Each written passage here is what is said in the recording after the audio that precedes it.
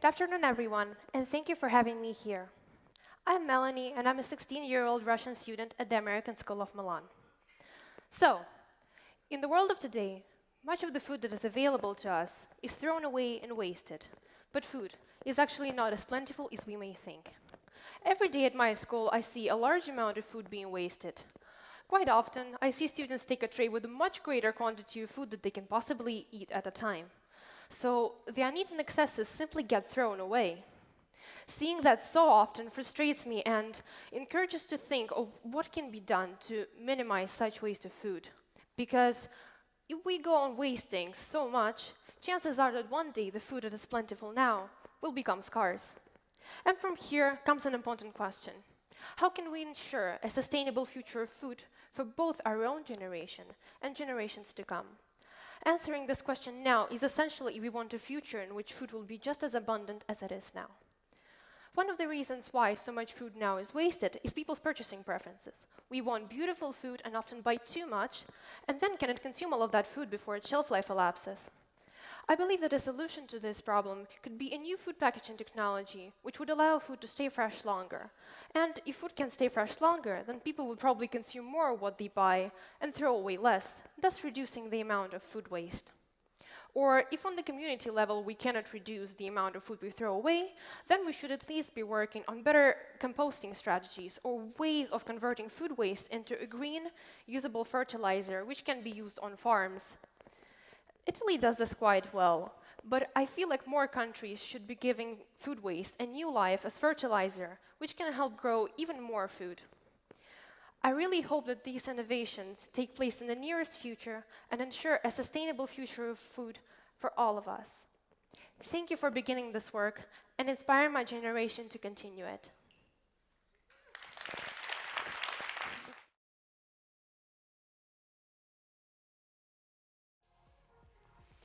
All right, thank you for having me. And Melania, I hope to pick up where you left off in terms of delivering a sustainable packaging solution that can reduce perishability.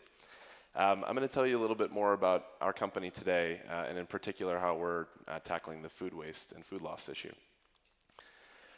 This is not news to anyone in this room, certainly if you attended the plenary sections this morning and yesterday, that we're going to need a lot more food and a lot more water to feed the couple billion people who are going to come join us on this planet here in the next 30 years. The challenge is that these people are not going to come with them another rocket load of additional land or water or food in order to feed them. And so we're either going to need to figure out how to do more with less, or we're going to have to figure out how to deal with the socioeconomic issues associated with not being able to feed the people who are joining us. The challenge is, of course, that food is water.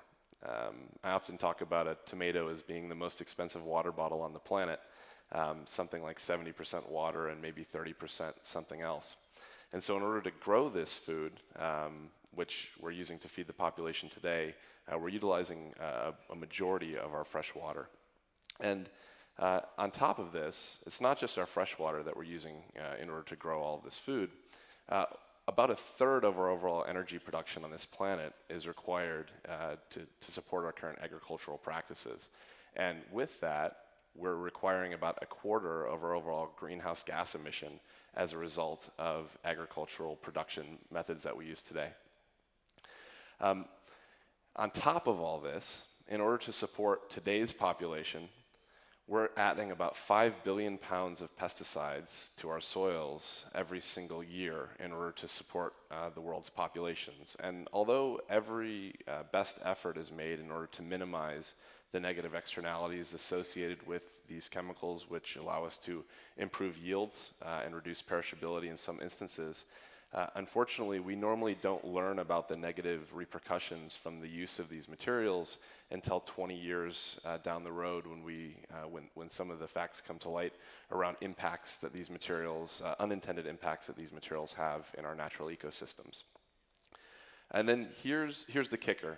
On top of all of this, on top of all of the water use, on top of all of the land use, on top of all of the energy use and the associated greenhouse gas emissions, and all the human capital that goes into producing all of this food, at the end of the day, the estimates range between somewhere between a third and a half of what we're growing is ultimately ending up in a landfill.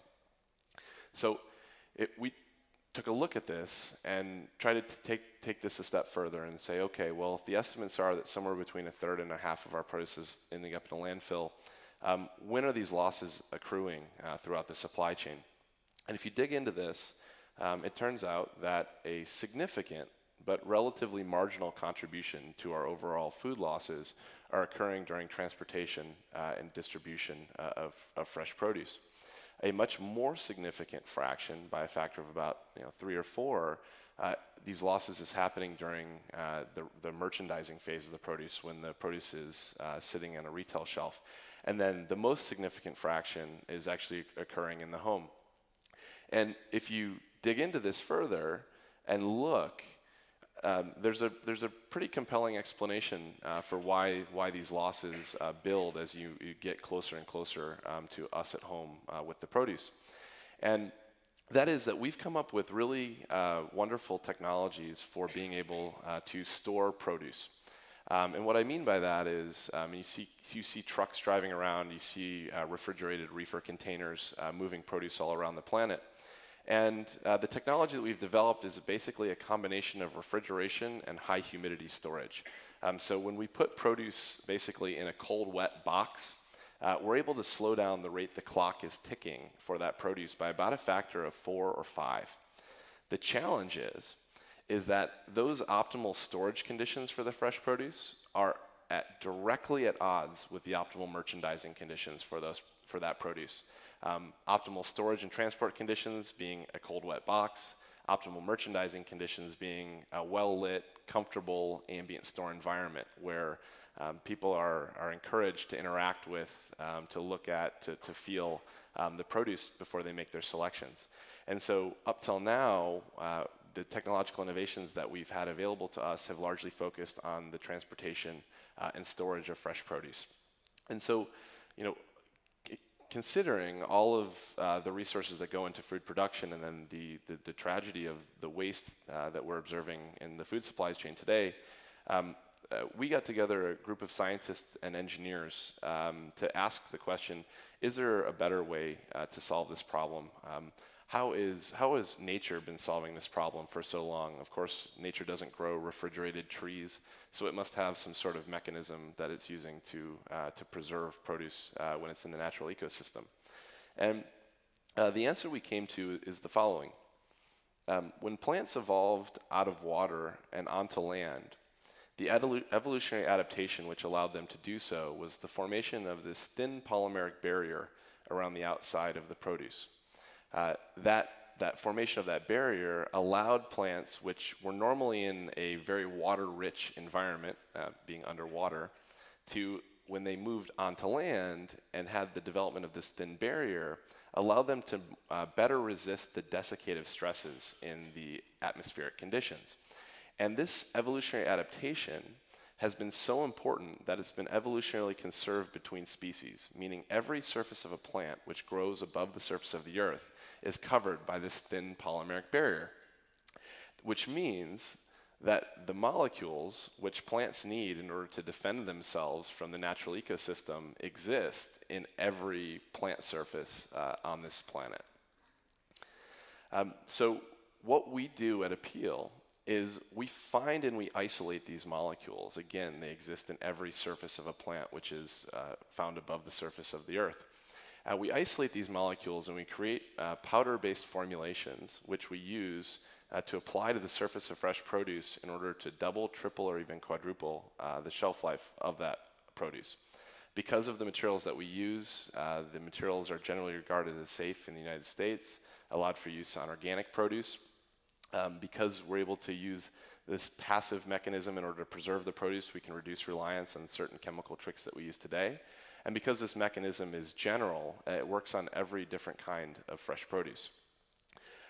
We make this product as a powder. It's then delivered to a location. We're going to mix it back up with water and then dip fresh produce into that solution such that when it dries, it forms a protective barrier on the surface of the produce, which again allows us to double, triple, or quadruple that shelf life. Here's some examples of how the product works. There's supposed to be a video if maybe somebody can hit play. There we go.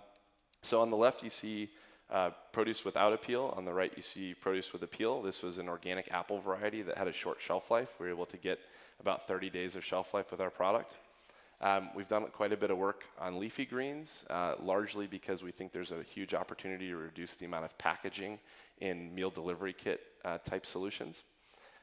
Asparagus, I think this is quite interesting. You see the asparagus still growing on the top right, which I always think is really interesting. And then you can see the difference in the desiccation of the stalks here. This is a less popular variety of avocado because its transportability is not wonderful. It's got a shorter shelf life than the Hass avocado, and so we can use our product to get it to approach parity with the Hass avocado. Here are the Hass avocados, which generally have a much longer shelf life than the Fuerte, but because of this long shelf life, they are more commercially abundant, but with our product, we can even extend that shelf life. We can add about 5 to 7 days of additional yellow time to bananas, which makes for some really cool consumer-facing products as well. Think of like sequentially ripening bananas. Peppers, this development has been really wonderful for folks around our office who eat a lot of peppers. Berries, everyone's had a problem with these in their home. Normally the quality loss comes as a result of desiccative stress, moisture evaporating out of the fruit. Cherries as well. Cherries are one of the most delicate fruit out there, and they have to make huge transport distances because they have a very short season window, and to connect them to the globe, they need to travel long distances. This was actually one of the first products we developed. These are caviar limes. They're a type of micro citrus from Australia. They normally have about 5 days of shelf life.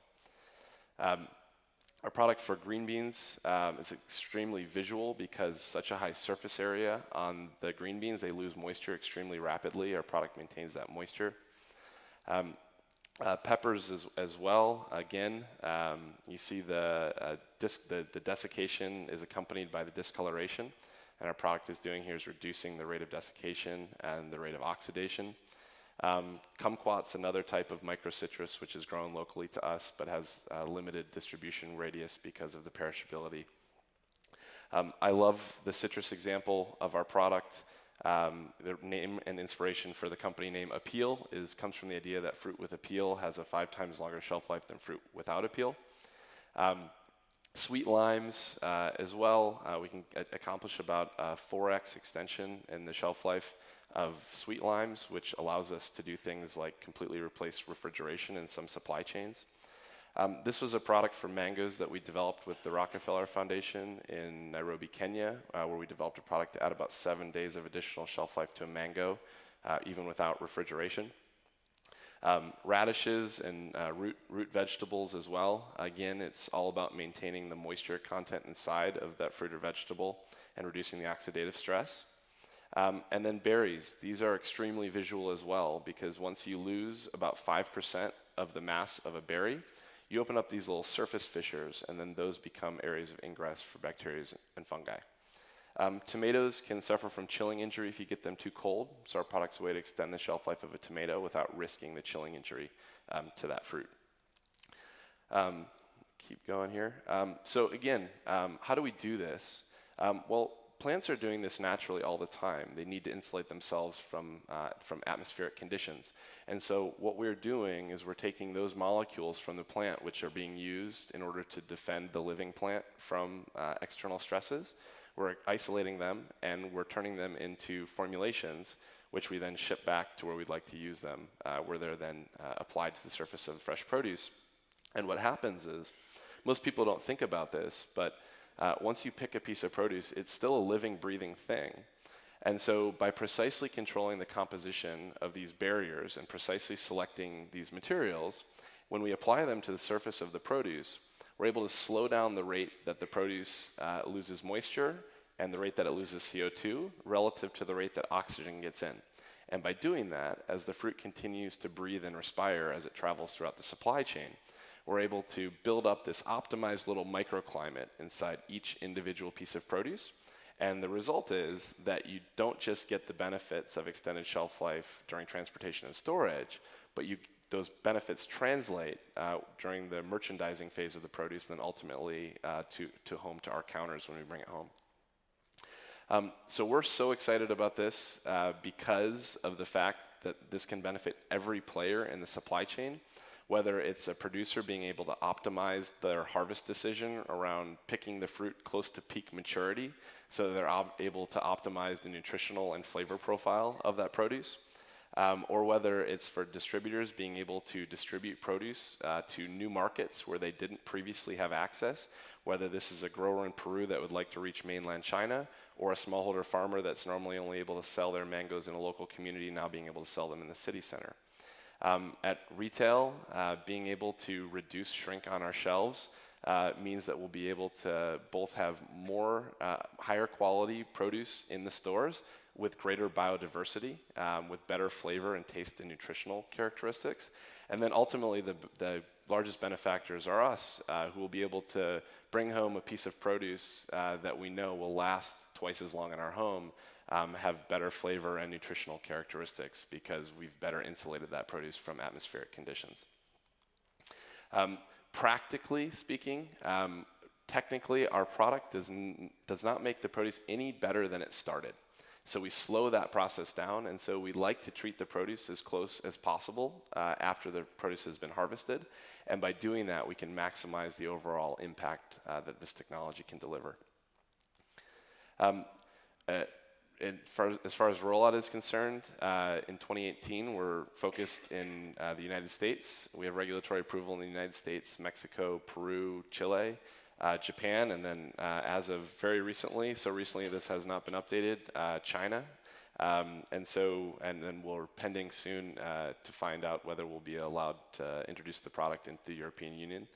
Again, you'll be able to come to grocery stores in the United States in the next couple weeks and look for produce with our logo, which will indicate to you that this is something that you'll be able to bring home, which will give you a better flavor profile, be more nutritious, and something you won't throw away. We hope to bring this to Europe in the near future, but ask your retailers where you can find Appeal produce.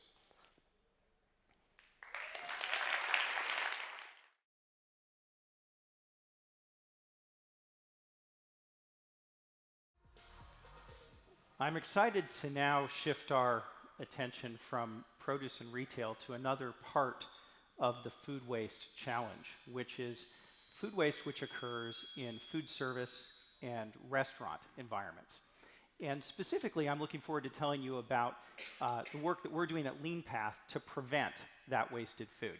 And it starts with an understanding that measurement plays a role in fixing this problem, not just in restaurants and food service, but broadly. And that we have a gap right now. The information that we have about food waste is fairly imprecise, and we need to close that gap to be able to understand the root causes and be able to get right down to fixing the problem. So that's the work that we're doing at LeanPath, and I'll dive right in and tell you a little bit more about it. So our mission is to make food waste prevention everyday practice in the world's kitchens. And that may sound simple, but I think it's pretty hard to change behavior, and that's the thing that we're really intent on doing. And the way we view this, the food waste challenge in food service and restaurants will largely be solved by frontline food service workers thinking and acting and behaving differently. And so that's exciting in that the global change makers who might be least expected to change this problem are the folks that actually will change the problem, and we're going to help them do that. This is the problem. Food waste is the elephant in the room in many food service operations. What I mean by this is that we have been wasting food for so long that we no longer see the problem. We tolerate the amount of waste because it's perceived to be the normal way of doing business. And we work around it, and we allow it to persist. And clearly, the first step in this process is to get everyone to wake up and realize that business as usual can't be the future. We have to make changes, and we have to start by recognizing that we have a whole lot of practices and procedures that have been optimized without any attention at all to food waste. In fact, in many cases, we've used food waste to solve other problems. We worry about running out of food, so we make too much. We worry about merchandising attractiveness, so we merchandise perhaps more than we need in buffets. We worry about food safety, and so we practice a view that when in doubt, throw it out. And so all of these things have essentially used waste to solve other problems. And while those other problems are important, clearly waste can't be the answer. We have to do a better job of drilling into this and improving. So that's what I'm excited about doing, is waking up the frontline food service teams around the world to help usher this elephant out of the room.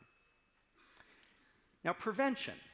I led off by saying that I would talk to you today about preventing wasted food in food service and restaurants. That word prevention gets a lot of attention, but in reality, it doesn't get as much action as it deserves. What we find is that much of the food waste equation, at least in the food service and restaurant world, is focused on composting and on food recovery. Both of those are absolutely important and essential things, but they are not the top of the food waste hierarchy. Prevention is the top of the hierarchy. It's the area that delivers the greatest environmental benefits, the greatest economic benefits, and the greatest social benefits. And yet, people tend to be at a loss to know how to do it. So they bow to the topic and they say, of course, prevention is first, but then they quickly move on to things which are tangible, that they can touch, and they perceive that they can change. So we've got to change that. We've got to recognize that we actually do have tools to prevent waste, and it comes down to measurement. That when we measure, we begin to improve things. So often people think of measurement as a data collection activity, and of course it is that, but that's not all it is. The moment we begin to measure, we begin to change culture. We change how people think and how people work. And so we definitely need to recognize that we can prevent waste, and the first step in doing that is to measure. When we measure, a few wonderful things happen. One, we get the opportunity to see a baseline, which tells us where we started and allows us to measure progress over time. Because unlike compost, where I can look and see how much I'm composting, I can't look anywhere to see how much food I'm preventing. It's the absence of something, not the presence. So the only artifact that we have to be able to know that we're achieving our objectives is to measure. Secondly, we can't understand root causes and we can't develop solutions if we can't actually get right in and see in granular detail what we're wasting. Specific items, specific contexts for loss, times of day, sources, all of these things are critical to our ability to solve the problem. And we can't engage people, those frontline food service workers that I talked about, in this process without measurement, because they're very busy. They're focused on many things in terms of preparing a meal and bringing a great culinary experience to people. But if we can actually get them to measure, we draw their attention just a little bit in order to focus culture and change behavior. So measurement's critical. I think the second thought here is that you're trying to change behavior in the course of doing this. And if you try to do that just by lecturing to people and telling them that they need to do something differently, it doesn't work. And trust me, I've tried. I've spent a lot of time in kitchens talking to people about why this is so important. And what I've learned is that this quote from Buckminster Fuller is really true. If you want to teach people a new way of thinking, don't bother trying to teach them. Instead, give them a tool. And through the use of that tool, it will lead to new ways of thinking. So I think this is a key takeaway, that we have to actually put our hands around something to see the progress. And so that's what we do at LeanPath, is we provide tools to measure waste. And when I started this company 14 years ago, food waste was not a topic that people were paying attention to. And it was not something that immediately made sense to people why we would need to do this. But of course, now today we recognize the measurement gap. And what's standing between us and the measurement gap is actually the question of technology. We need to make measurement easy, because if we make it easy, then we can make it everyday practice in the world's kitchens. If it's difficult, we can't do it. So that becomes the core hurdle that we have to hop over. And that's the work that we do at LeanPath. These are some examples of some of the ways that we measure wasted food with scales and cameras, touchscreen input devices. We, of course, need to learn from this data. So yes, just the measurement process in and of itself will focus behavior and raise awareness, and that's important. But we also have to learn and understand what's occurring and then be able to drill down and make those changes. So the world that we're in now, which I'm so excited about, is a world where instead of us being blind to food waste, we wake up every day and go into work, and we have a report in our inbox if we're a chef that shows everything we wasted the day before, why it happened, where it happened, and we can actually go about fixing that problem. Even better, we may get an alert sent to us in real time the moment somebody throws something away, and be able to walk into a kitchen and speak to someone and say, hey, why did that happen? What could we do to improve that? Because, of course, there are immediate teaching opportunities every day. So we just took a little snapshot from last year and about 1,200 kitchens that we were looking at, and I wanted to share a little bit of it with you. 51% overproduction. So when you hear about this problem, I think it's really important to recognize that this problem is largely about making too much food, not matching supply and demand properly. And so that's got to be a point of impact that is on everyone's radar. It's getting that overproduction back to the proper size. You'll also see that that's followed by trimmings and spoilage. Trimmings tend to be less actionable, not without the ability to influence them. We're not without the ability to influence them, but it's less than overproduction. You'll also see that what gets wasted most is vegetables. And that is sad, because the item that is the most nutritious in many cases is the item we waste the most. So that just gives you a little bit of a snapshot of some of the data that we see coming through our systems every day. So what can we do looking forward? Well, I think there's a responsibility for innovators and our industry to make measurement as easy and affordable as possible. And that's something that we're working on every day at LeanPath, is finding ways to make it a little bit easier, a little bit more affordable, a little bit more feasible for a broader section of the universe of food service professionals to be able to participate in this. We need to close loops with our menus and our production planning, and we need to really use waste data to inform how we plan future menus, which historically just hasn't happened very often.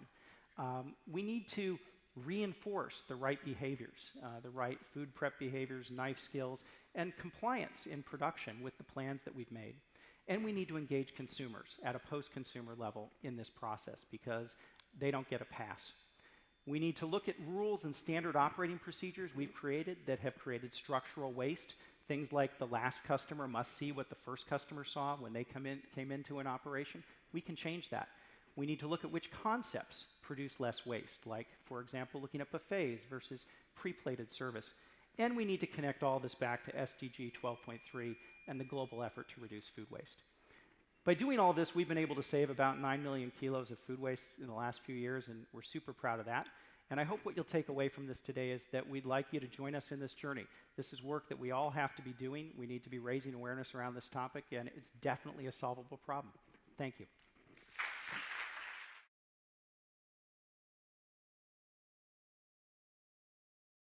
Hello, everybody. How's it going? My name's Timothy. Hey, hi, how you doing, guys? All right, what a contingent. So it's really great that we got a chance for Andrew and James to kind of open up a little bit of the stuff that I don't need to talk about, which is great, because I'm going to squeeze a 15-minute conversation in 11 minutes. So, and by the way, James, I'm really blown away by what you guys are doing at Appeal. It's one of the most amazing things I've been tracking for a while. So my name's Timothy Childs. I have the great luxury to be the CEO of a company called Treasure 8 in San Francisco, California. Let's see if we get going here. I'm just going to take a second for that to load. So today actually marks a really kind of keystone moment for our company. We've been quietly in the last 5 years behind the scenes kind of trying to put some pieces together about the food loss chain, and we're going to talk about it today. So let's see if we can get to the next slide. There we go. So today, we're going to talk about trying to frame a larger context. A larger context is about how food waste as a whole makes a big global impact, kind of bigger than what we really realized, right? How much global environmental impact it makes, and a possible solution on how to deal with that. And luckily, we know a lot about this already. So luckily, we've learned about food waste is 30 to 40% of all food's gross wasted. That's something we know. And it's a huge, I think you guys are running the previous presentation. Dear stage folks, Director, this is an earlier presentation, not the one that was given to you recently. So as an FYI. So but basically perhaps, do you guys have the file? Can you reload? Sorry. So this is an older presentation, but what I'm going to do is, while we're waiting for that to happen, is I just wanted to take a moment and put a big shout out to both our Treasury team, but most importantly, Marco and the team to make it so easy to invite us to be here. And it was their prodding and encouragement, and our team got us here. That was very easy, and it was delightful, and they're the ones that are able to talk us into coming and showing something for the first time. So just checking on the director to see if we can get that presentation. What? No worries. What's that? No worries. Let's see. So I'm going to spend a couple minutes real quick, kind of talk a little bit of the context where we're at. So we're on Treasure Island in the middle of San Francisco Bay. It's between Oakland and San Francisco, and we're working in a center of what's going to become a global center for global sustainable redevelopment. And we have the great fortune to be able to be in this context where we get to invite a lot of people over to be part of our environment. And we invited the Seeds&Chips so people over the last time, and that's why we got a chance to meet them. So on Treasure Island, and what we're in the process of setting up is kind of an ecosystem, allow kind of a nerd trap of food-minded people to come visit and express themselves both in the food tech and the ag tech spaces. And within that context, we've been quietly behind the scenes putting together technologies and product development teams and know-how to capture food waste and convert it into ingredients that we can be using at large scale. So one of the things I'm going to talk about today is specifically certain parts of the food waste chain. So if you look at the entire food waste chain, there's everything from the farming side all the way to the consumption side where Appeal is trying to make a big difference there. What we do at Treasure Aid is we focus on two key aspects of that, and that's the infield waste part. That's the stuff that's left over in the fields, the seconds, the uglies, the gluts. And the second part of that is the post-production food waste, the stuff that's left over from making juices and beer and wine, and even shells from almonds and stuff like that is a potential source of food waste for us.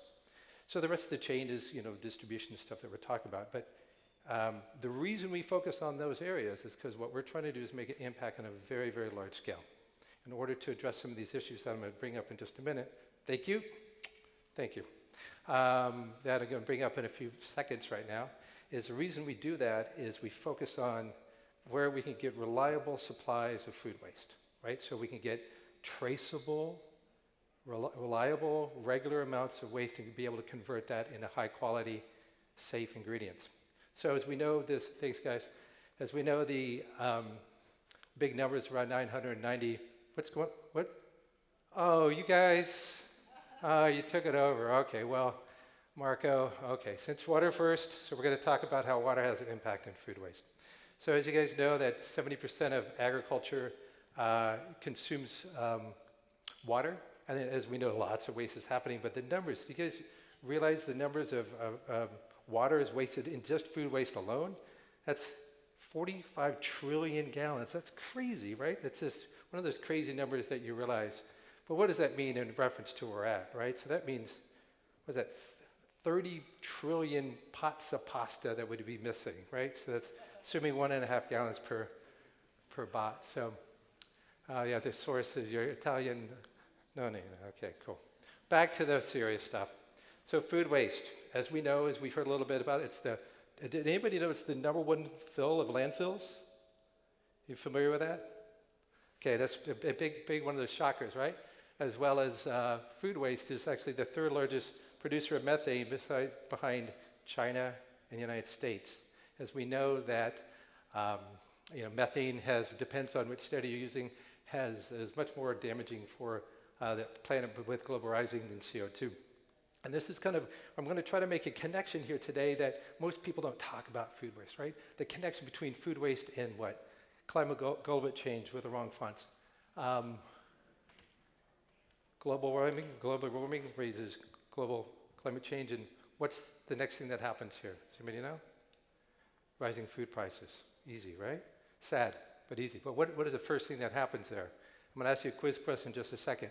But if you look right here, this is Oxfam talking about what's going to happen by 2030.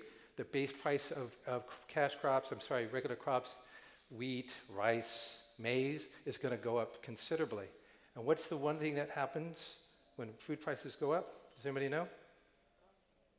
Anybody know? He's got it right here, front row. Conflict, scarcity and conflict. It creates, it's proven fact, it's kind of a bummer, but that's just the way it is. So we address food waste. We kind of help break this cycle, this very negative cycle of food insecurity as its peak with violence creates displacement, and it's trying to break that cycle as a whole. I'm going to speed it up a little bit. So when you improve the food system, we know a lot of this stuff. Improve the economy, educational achievement, because we got stunting issues are solved. Develops the environment, decreases public health costs, reduces water usage, and also makes people like John Kerry's job a little bit easier with foreign policy. So a little bit about kind of how we got here. So I kind of grew up in the middle of a food system myself. So that's me at 4 years old, working with my mother. One of my first jobs was sorting out a giant pallet of Spangler lollipops. I got the granddaughter of Spangler Lollipop Company right here by chance. And so my job was to sort out big things of lollipop. I grew up around weird food systems. But I was a really geeky kid, and I got into computers really kind of early. And I started off doing virtual reality way before the web, and internet before the web, and then virtual reality helped create the Virtual Reality Education Foundation back in 1991. So everything we do at the business has a tie of technology inside of it. That's why we're able to do stuff quickly, because we simulate a lot of this stuff in computer graphics. So I like to solve big problems. So one of our tricks in the business is we take off-the-shelf, yeah, you like that? We take off-the-shelf technologies, put it together in weird ways. That's me sitting on the Columbia about 3 weeks before it blew up and before I got into the chocolate business. So one of my missions is to take this technology and find vulnerabilities in the food system and kind of try to solve them and break the parts of the chain apart and make solutions a little bit more efficient. And I'm not going to go too much into this because we're short on time. So basically, we're trying to solve for C. C is chocolate. Try to look at the whole pipeline for cacao and try to revolutionize that with a bunch of different approaches. If it's very cool, you can find out about it later. So here's the cacao pipeline. Here's a very simplified version of the cacao pipeline. What we did was we worked on simplifying different aspects of that. That's going to take relevance in just for a second. So what we're doing now, we're taking that approach and going big. We're trying to solve big issues around the food waste supply chain, and that's what we're solving for N, which is nutrition. The tagline for a company is deploying nutrition to humanity. So we talked about that before. I'm going to skip past this. So on the 1.3 billion metric tons of food waste out there, right? So what we're doing is taking some of the giant amounts of food, tie it in with a lot of people involved with food scarcity. And what we're trying to do is take the top of that pyramid and build a pipeline to help feed those people. So there's a lot of, roughly, if we take 10 to 20% of the food captured, we can feed about half the people in food insecure areas. And that's annually. So that's what we're doing. We're building this pipeline, right? So it's basically the waste to nutrition pipeline. That's what we've been quietly working on for a while. So along the pipeline, like we saw in cacao, we're trying to do this with nutrition. And so this is where the areas that are shaded is what we work on. So we work on ways to safely capture it. And remember, one of the things you got to do, large-scale supplies, you have to capture it right at the source. That's hard to do, right? And then you got to convert it into safe, traceable ingredients. We're in the process of working on that. But then you also have to take those ingredients, making it into food products, right? And then you got to build process development to scale. So things you have to build have to be set up for large-scale manufacture. And then, most importantly, something that's really important to think about when doing something on a global basis, it has to work in the traditional distribution system. I know that sounds boring, but if it doesn't work in distribution, it won't scale. So being able to build this whole pipeline that makes it work is very challenging and part of our task to do that. So I'm closing here pretty soon here. I'll just give you a sneak. This really isn't a reveal of the company. This is a little sneak what we're about to reveal this week. So we've developed a number of technologies, and we've developed a little different approaches to taking different streams of food waste. Remember, we work on post-processing food waste stuff left over from juice pressing and like. We designed interesting, healthy food, a cookie called Realize. It's realized that it's time to realize that vegetables can be delicious. So we basically designed this with food waste in mind. The first ingredients are veggies. They're quite delicious, and it's designed for large-scale manufacturing, thanks to part of our team, John Mitchell right there. Yeah. And our favorite food scientist right there as well. So anyhow, so it was also, just for fun, we designed it for hospital and maternity wards as well. So it's really safe and good for you. Now, the last thing I'm going to talk about is a little technology we've been secretly developing for a number of years. It allows us to take leftovers, the seconds and gluts in the fields, and slice them up and run it through this novel process, and allows us to capture it and without any frying or oil and low energy, and make fully nutritious, healthy, crispy snacks that don't go bad over time, because there's no frying oil, and only ingredient is its main ingredient. So that's what it looks like. It's the only ingredient, and that is beets, 100 grams, or 100 calories, sorry. Quite easy to digest, and they're amazingly crispy. In closing, so this, when we combine taking the top of this pyramid, right, of food waste, and build this pipeline and be able to feed a lot of people, there's 5 things that happen here, actually 6. But what we do is we increase the health and prosperity of that particular region, and it increases the GDP of the region up to 2 to 3% if we can actually help provide mothers and babies better nutrition as well. As we notice, it reduces global warming. It also reduces conflict based upon reduced global warming costs and higher prices. And also, what's the first thing that happens when you feed mom and baby, feed mother more in a country, first thing they do, they start producing fewer children. So it's also a way to affect population growth. And it's also a way to obviously reduce carbon footprint. And then, of course, it does affect water. So in closing, I just want to say thank you again for the Seeds and Chips team. I want to say that we are looking for partners that kind of have a global vision, like a desire for scalability, and we're ready to deploy resources immediately to get going. So with that, say thank you so very much.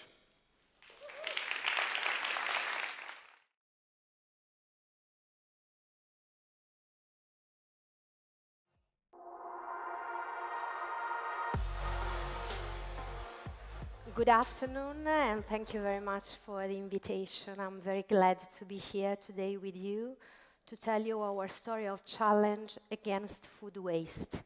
My name is Sabrina Citterio, and I'm in charge of corporate social responsibility at Eden Red Italy. What do we do at Eden Red Italy? We daily take to lunch around about 1,500,000 people, working people, because we are the inventor of ticket restaurant, or the so-called meal vouchers, the most appreciated benefit by Italian employees. This means that we are at the very heart of a wider ecosystem, together with 150,000 food establishments, that's to say restaurants, diners, cafes, and so on, and 50,000 customers, companies, and public entities. This means also that we can act as a powerful sounding board for ethic messages in line with our corporate social responsibility, mission, and vision.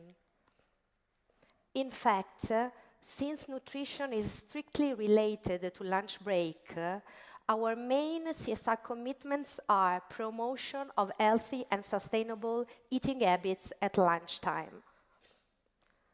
Starting from 2009, we carried out a European project called Food Fighting Obesity Through Offer and Demand, aimed at raising nutritional awareness among restaurants and ticket restaurants users. So we delivered toolkits, nutritional training, staff training, recommendations, and above all, we created the first Italian network of restaurants able to offer at least one balanced menu options to our customers. Then, starting from 2017, we realized that we should take into due account also the sustainability issues, and also because we understood that we could make a change in some of our stakeholders, in particular the so-called food service industry, that wastes around about 1.21 million tons per year of food, and consumers, in this case 2.4 million tons per year. We started by partnership with Banco Alimentare. Banco Alimentare is the food Italian bank that collects food stuff and redistributes it to charities. We proposed to our restaurants to participate into the partnership with Banco Alimentare and gave them the possibility of donating leftovers at the end of the day. But since most of our restaurants' affiliates are small and medium-sized, they didn't produce a significant quantity of food, and above all, they didn't have those machines, for example, that cut down the temperature of food, and so the food maintains its organic features. So we had to think at something very different, smarter, and plug and play. Something easy, but not simple to implement. We come across Refood. Refood is an Italian startup who is trying hard to increase the adoption of doggy bags among restaurants. Its approach is very, very serious because they want to create a long-term project, unlike its predecessors. What did we do with Refood? First of all, we delivered special branded doggy bags to our restaurants, to a selection of restaurants. We also informed them, we gave them toolkits, posters and leaflets for consumers. We made before and after visits and surveys. And at the same time, we inserted in our ticket restaurant booklets a coupon explaining that there was a possibility of asking for doggy bags in Italian restaurants. It's not something so easy and so common like in other foreign countries. And then, on the occasion of Christmas, we decided also to propose the adoption of doggy bags to our customers, companies, in order to let them use it for their parties, Christmas parties and celebrations. The result of this activity was really amazing. While restaurants consider the project time-consuming, doggy bags take too much space, and the initiative, they say, it's useless because portions are already appropriate. Companies were absolutely interested in the project. They found it very, very good, affordable, and above all, in line with their emerging food sustainability issues.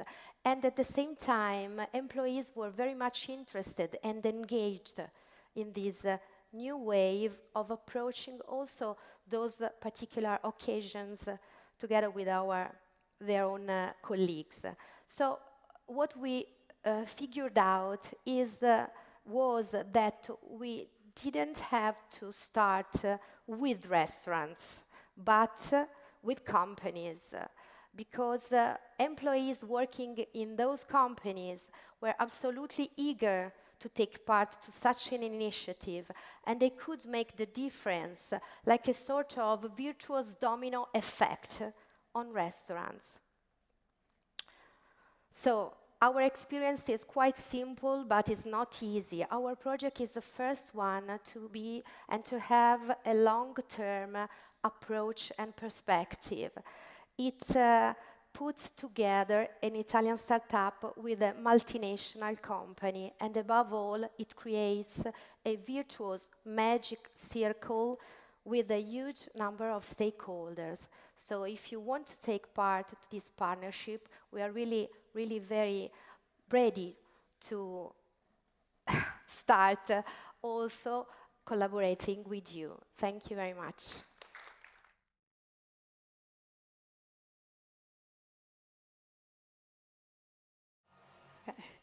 Hi everyone, my name is Priya Mittal, and today I'm going to be talking to you about my company, Grow Green Tech. Every year, over 6 billion pounds of produce is being thrown away in the United States alone because people are judging it to be ugly, not pretty enough, and therefore it is not being bought. That is enough produce to solve world hunger. It is estimated that 1 in 5 produce items do not meet the cosmetic standards for supermarkets and therefore have to be thrown away. It is not economically viable for farmers to have to throw away so much time and money worth of produce just because they know it won't be bought. This is where Grow Green comes in. Grow Green is a trade and delivery service that aims to turn wasted food into wanted food by connecting local farms to restaurants. As it turns out, restaurants and juice and smoothie bars are the perfect beneficiaries of ugly produce. Just imagine you're sitting down in your favorite restaurant, savoring that delicious salad. Do you really stop and think, what did that carrot originally look like? Probably not. This is why restaurants and juice and smoothie bars will benefit from buying their produce through our company at 20% below the market price. On the other hand, Grow Green now opens up a large market for farmers who can now sell their produce through Grow Green while still retaining the majority of the profit. This is our logo. It's an ugly apple representing my home state, New York, with a spoon and a rake crossed representing the two industries that I hope to bring together.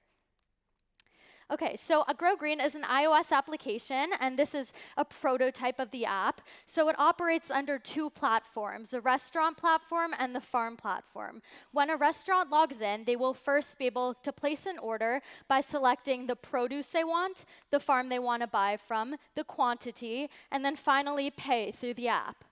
On the other hand, when a farm logs in, they will now be able to see what orders they need to complete, order details, and then when finished, archive their order. There's a huge market for Grow Green to operate in New York City. Currently, there are over 700 farms in the New York City area with many more projects underway. Additionally, there are over 140 farmers markets in the New York City area, with the majority in Brooklyn and Manhattan. Additionally, there are over 24,000 restaurants operating, so clearly a very large market for Grow Green Tech.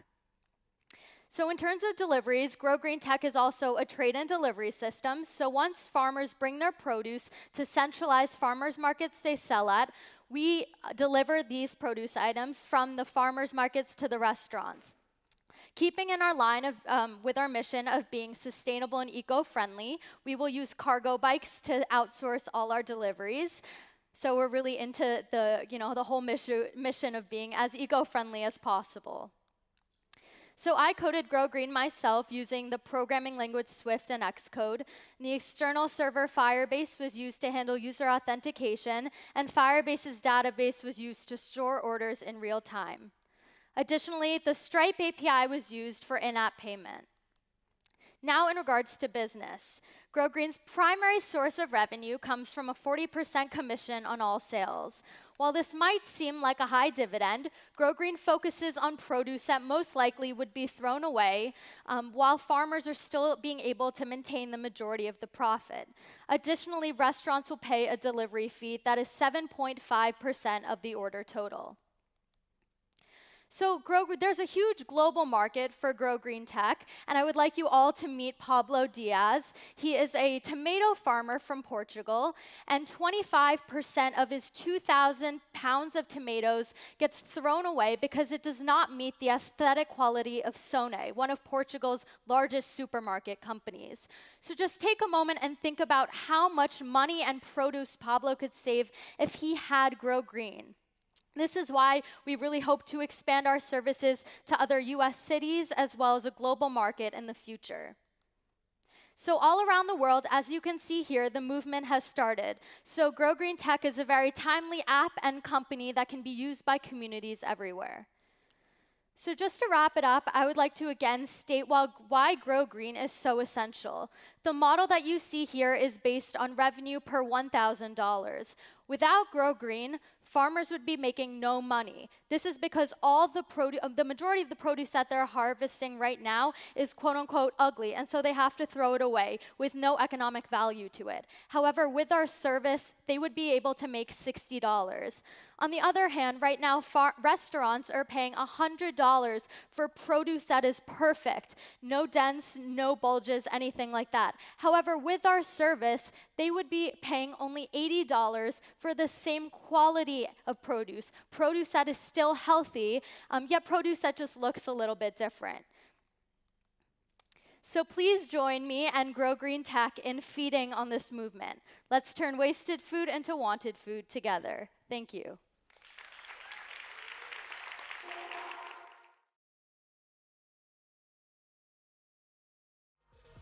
Good afternoon, everyone. I'm Stefania Lallai, and I'm working in sustainability for Costa Cruises. I will try to bring you through the For Good Food program. That's the way we designed the whole program we have at Costa for the food waste. Before bringing you on board on our project, let's watch a small video. Siamo tutti parte di un grande viaggio. Navighiamo nei colori, nei profumi, nei sapori. Una ricchezza di tutti, sempre più privilegio per pochi. La disparità di accesso al cibo nel mondo continua a crescere. Oltre un terzo di quanto prodotto viene sprecato. È il paradosso del sistema alimentare globale. Ecco perché serve una nuova rotta. Per restituire al mondo più equilibrio ed equità. Serve che ognuno sia consapevole del proprio ruolo e dia il meglio di sé. Noi di Costa Crociere siamo pronti a farlo. È così che nasce For Good Food, il nostro programma per il consumo responsabile del cibo, per rispettarne il valore, a ridurre gli sprechi, a recuperare le eccedenze, a restituire futuro. Una responsabilità che vogliamo condividere con chi viaggia insieme a noi. Vogliamo essere un unico equipaggio per vincere questa grande sfida e ridurre in modo significativo gli sprechi alimentari a bordo. Siamo tutti parte di un grande viaggio. Insieme possiamo cambiare destinazione. Okay, so we are really part of a journey, and working on a cruise industry means that our stakeholders have to be really part of the game. So it means they have to be active part of the challenge. Just to give you an idea, on board of our 15 ships, we deliver a year roughly 54 million meals a year. This means roughly the 90% of the Italian population, either 6 times the city of London. So it's a huge number. We felt the responsibility, and we decided to start with this program, that is basically divided in different projects, which is consistent, measurable, and with a long forward vision. And also with a very challenging target. So we decided to reduce food waste by 50% within 2020, means 10 years ahead of the 2030 agenda of the United Nations. You would think that probably, okay, it's easy because on a cruise ship everyone thinks it's, it's overproduction, it's overfood, but it's not. It's not. And we also discovered that while in really doing this project. This means that we also learned a lot on the way. As you saw before in the presentation, in the video, the program has 4 different pillars. One is about value, so the food that we prepare for us on board of our ships is also prepared by people that put a lot of efforts and passion. So and that's also a different value because a lot of our workforce is also coming from nationalities, so it's Philippines, it's China, where food is something very precious. And for us as company was also a good opportunity to deliver a different message itself. Then we went into the reduction in terms of looking at our processes before really working on a call to action to our guests that will be really key to make the difference. And then we know we have to be realistic, we cannot reach zero waste. It's impossible with the number we are in. Each ship, on board of our ship, we deliver a day 18,000 meals, so it's practically impossible to have zero wastage, and so we have a project also to donate it. Quick overview on the results so far. Regarding the value, we started working with a partner that is very important for us because they inspired us a lot on the way and also very at the beginning with the University of Pollenzo, so the university that also works with slow food.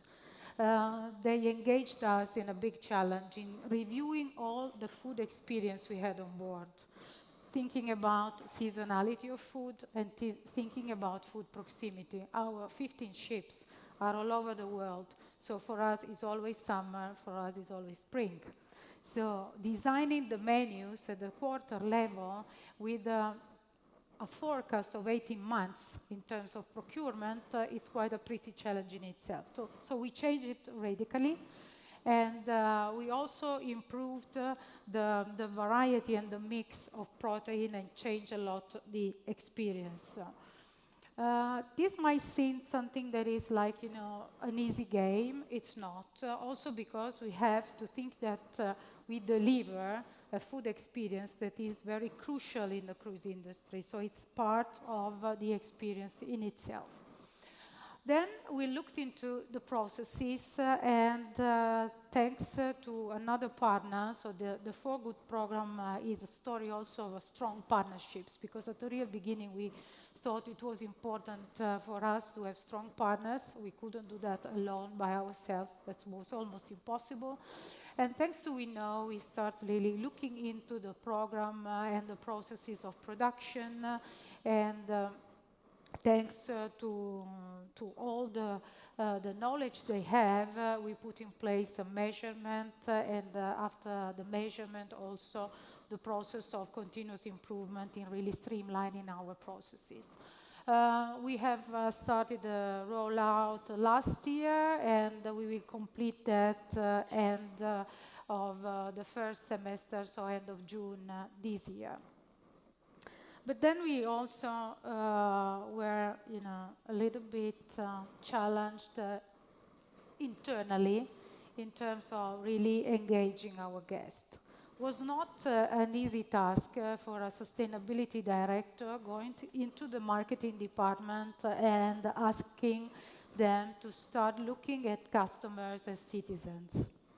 And there were a lot of debates and talkings inside and our companies to decide if it was worth, in an industry like ours, to really engage guests that are on holiday on something that is about a behavior, a good behavior, but we know that when we are on holiday, we normally think, okay, I won't do that for a week. I want to, put all the negative things aside. And why do I have to think about that? So we will see the result. There was a lot of engagement and very positive feedback, despite, the fact that we're still on debating on how the customers have to be engaged. And then we also, as the previous colleague did, partnered with the Banco Alimentare. But I will describe to you afterwards.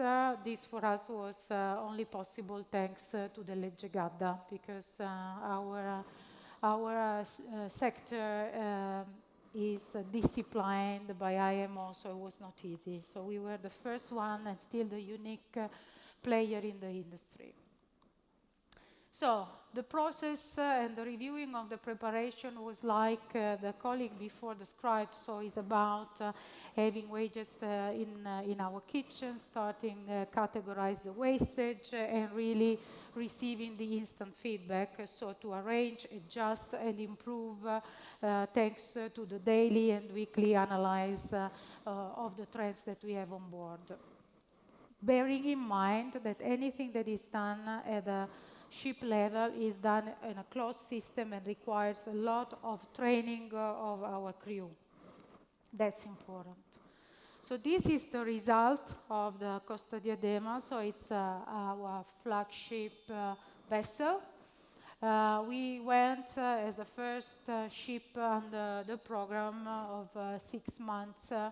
And we really started from a baseline that was 260 grams per meal of wastage. And while analyzing this, because we had no benchmark, so the cruise industry has no benchmark, we are the first and unique one to do this. We had as benchmark, so we decided to have a benchmark in the restaurants category.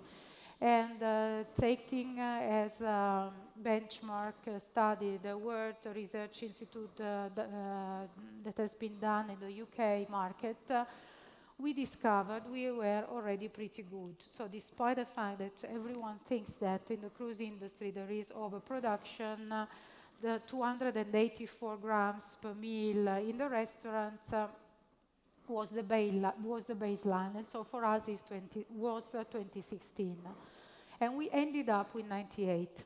So this pilot encouraged us to go to really declare the 50% within 2020. So we don't want, and we didn't want to be realistic. We want to be, the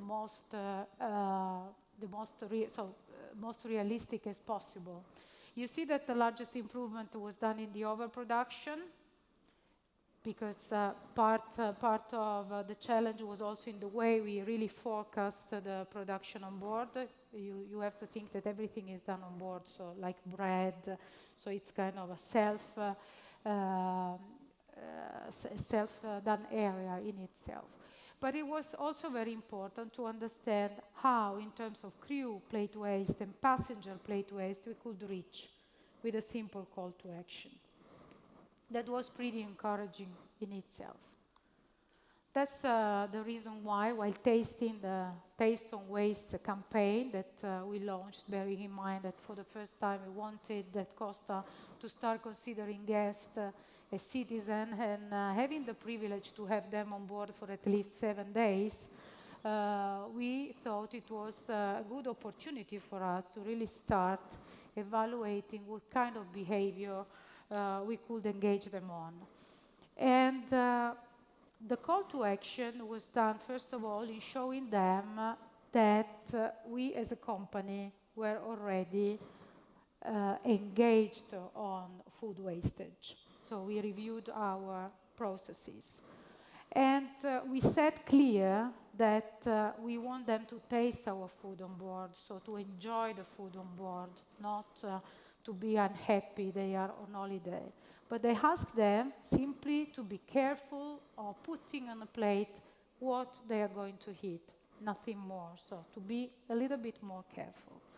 And as we don't want and we didn't want to do that project simply for economic reasons, because you can imagine with this kind of number, the savings are huge, we wanted to give this back.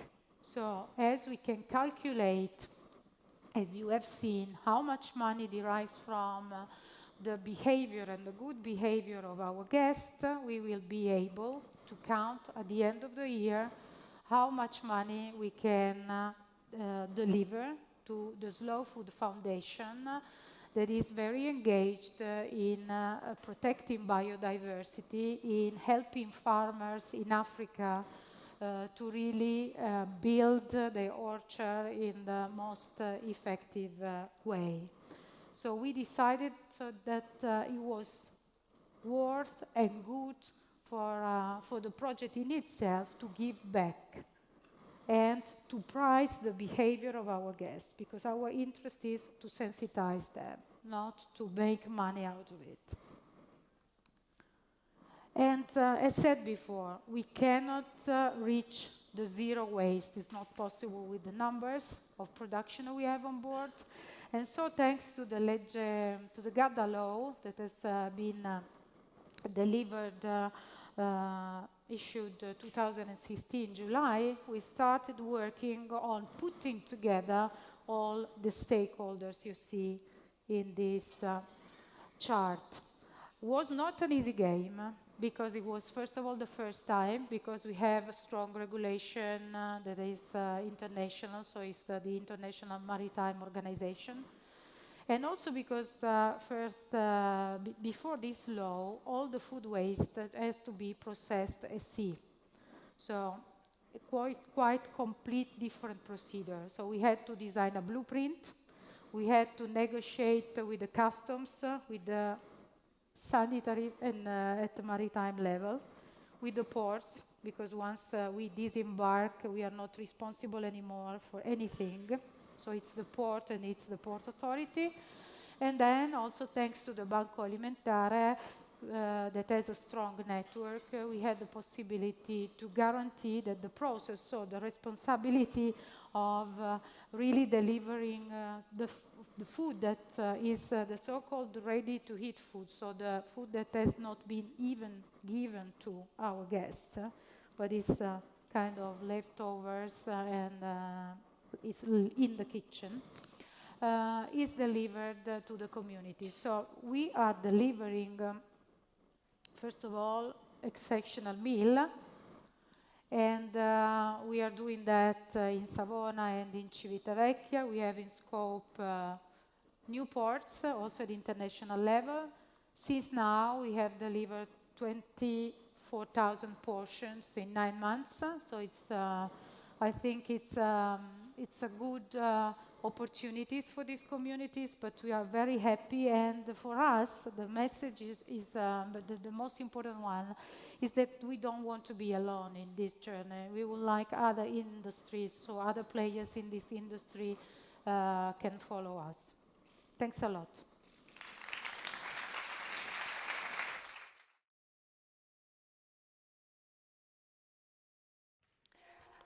Good afternoon, and thank you also for the invitation today.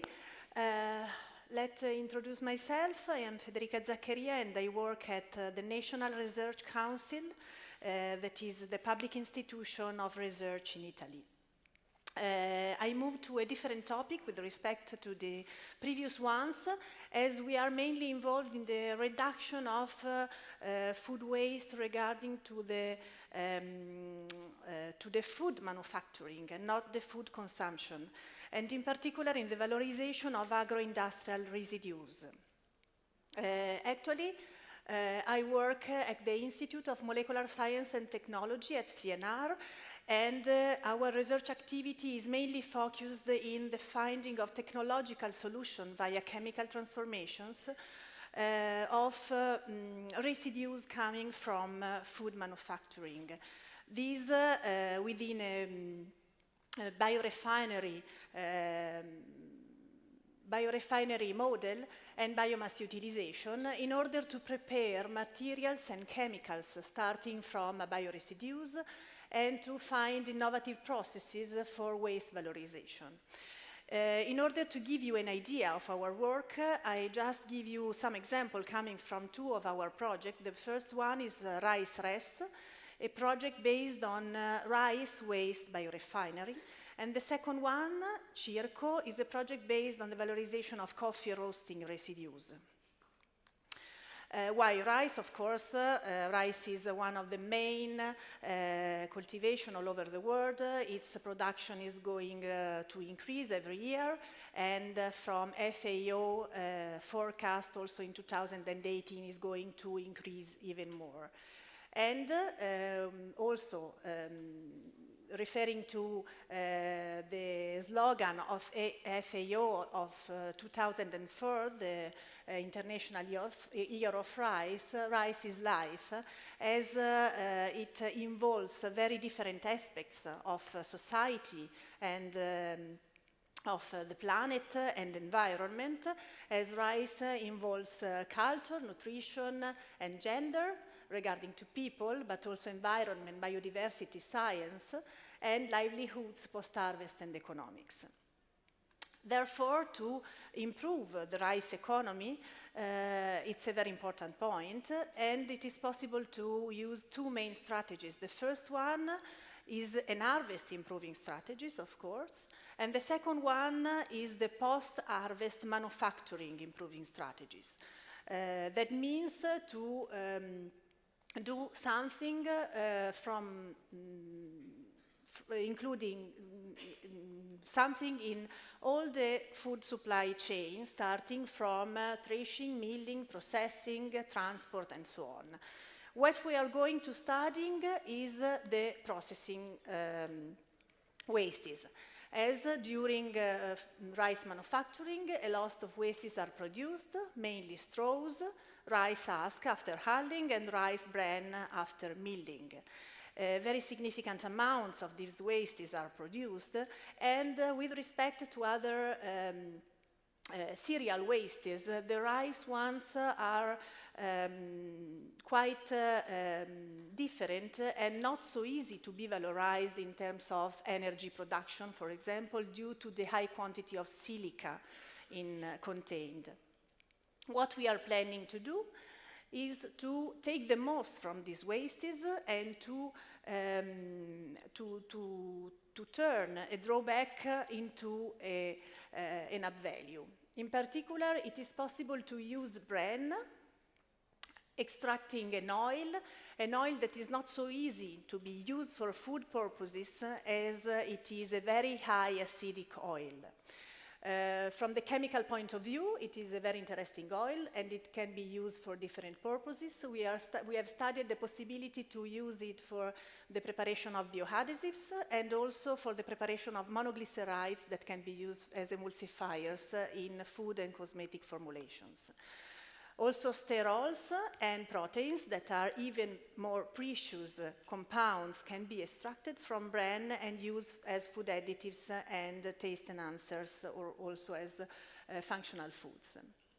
What we obtain at the end is silica that can be used in combination with rice husk for the preparation of composites and materials. And straws can be also used for the preparation of biobuilding panels. Here are shown panels prepared with rice straw and waste wool coming from sheep breeded for meat. In this way, it is possible to think a cluster of activities related to the main production, that is the rice production, in order to use wastes coming from the main production as secondary raw materials for other industrial production. And this would allow to rethink the use of these kind of wastes and to use residues as new sources within a circular economy model. In the same way, we also are planning to use the silver skin, that is a very important residues coming from coffee roasting. This kind of residue is the inner part of the coffee bean.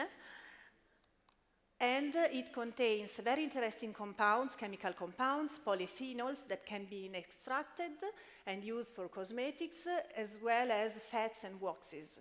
After that, silver skin can be used as a material for the preparation of paper. In particular, we are carrying out this project in collaboration with two industrial partners, Intercos Group, as far as the cosmetic part is concerned, and Favini, that is an important paper maker in Italy, that is also using other kind of wastes coming from agro-industrial production for the preparation of paper. Up to 15% of agro-industrial residues are used in paper making in this way.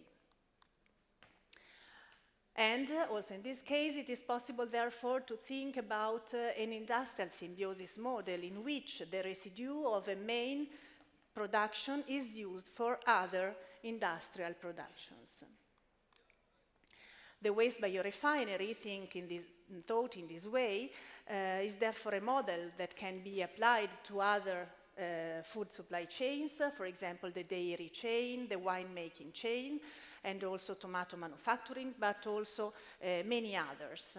And it entails the finding of solutions, technological, physical, chemicals, in order to valorize residues, to reduce wastes, and therefore to improve the economical impact of a main food production, in order to make a step forward the circular economy model and the industrial symbiosis goal. So I concluded. I thank you for your attention. These are my contacts if you need to ask for something about this. Thank you.